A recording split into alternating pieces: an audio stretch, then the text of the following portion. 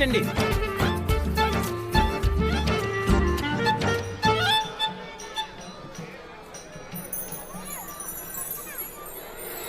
తానే ఓ తారక తారాడే వేడుక తీయంగా చూస్తున్నదే నా వంక మాటాడే మల్లిక చిరునవ్వే కానుక నా జన్మే మురిసే మాయే చేయంగా